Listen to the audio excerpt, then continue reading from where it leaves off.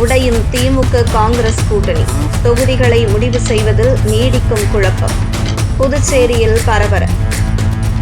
Metro TN news channel நேயர்களுக்கு வணக்கம்.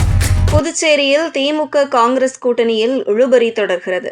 நேற்றைய தினம் எத்தனை தொகுதிகளில் போட்டி என்பது இறுதியான போதிலும் யாருக்கு எந்த தொகுதி என முடிவு செய்வதில் குழப்பம் நீடிக்கிறது. இன்றுடன் வேட்புமனு தாக்கல் நிறைவடையும் நிலையில் இழுபறி நீடிப்பதால் கூட்டணியில் குழப்பம் ஏற்பட்டுள்ளது. தமிழ்நாட்டைப் போலவே யூனியன் பிரதேசமான புதுச்சேரியிலும் தேர்தல் நடைபெறுகிறது. எப்போதும் தமிழகத்தில் தேர்தல் நடக்கும் நாளிலேயே புதுச்சேரியிலும் தேர்தல் நடத்தப்படும் சூழலில் இந்த முறை தனித்தனியாக தேர்தல் நடத்தப்படுகிறது.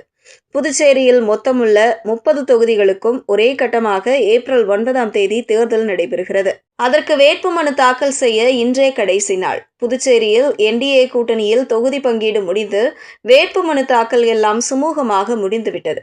ஆனால் இந்தியா கூட்டணியில் அங்கு தொடக்கத்திலிருந்தே குழப்பம் நீடிக்கிறது.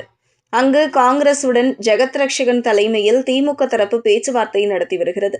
அங்கு திமுக தரப்பில் முதலில் 15 முதல் 17 தொகுதிகள் வரை கேட்டதாக சொல்லப்படுகிறது. இருப்பினும் அவ்வளவு தொகுதிகளை கொடுக்க காங்கிரஸ் ரெடியாக இல்லை. தனிப்பெரும்பான்மை கிடைக்காது என்பதால் தொகுதிகளை குறைத்து கொள்ள காங்கிரஸ் கேட்டது. இதில் இழுபறி நீடித்த சூழலில் முதல்வரும் திமுக தலைவருமான ஸ்டாலின் நேற்று இதில் நேரடியாக தலையிட்டார். நேற்றைய தினம் காங்கிரசின் மூத்த தலைவர் ப. சிதம்பரமும் ஸ்டாலினை சந்தித்து பேசியிருந்தார்.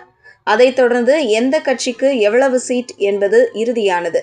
அதன்படி காங்கிரஸ் 16 தொகுதிகளிலும் திமுக 12 தொகுதிகளிலும் போட்டியிடும் என முடிவு செய்யப்பட்டது.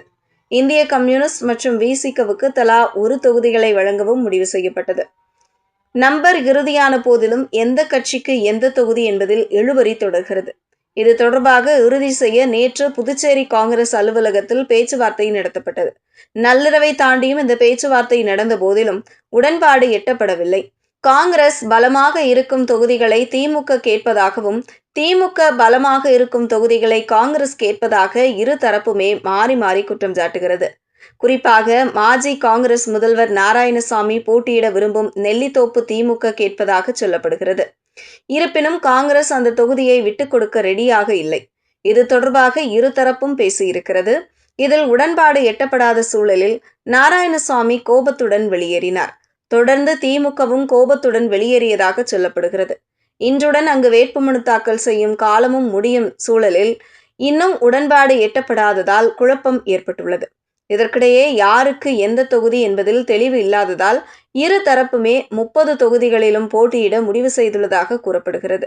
வேட்பு மனுவை வாபஸ் பெற மார்ச் 26 கடைசி நாளாக இருக்கும் சூழலில் அதுவரை பேச்சுவார்த்தை தொடரும் என கட்சி வட்டாரங்கள் சொல்கின்றன. அதற்குள் கூட உடன்பாடு எட்டப்படவில்லை என்றால் இரு கட்சிகளும் தனித்து போட்டியிடும் சூழல் கூட உருவாகலாம். செய்திகளை உடனுக்குடனும் துல்லியமாகவும் தெரிந்து கொள்ள மெட்ரோ டிஎன் நியூஸ் சேனலை ஃபாலோ பண்ணுங்க.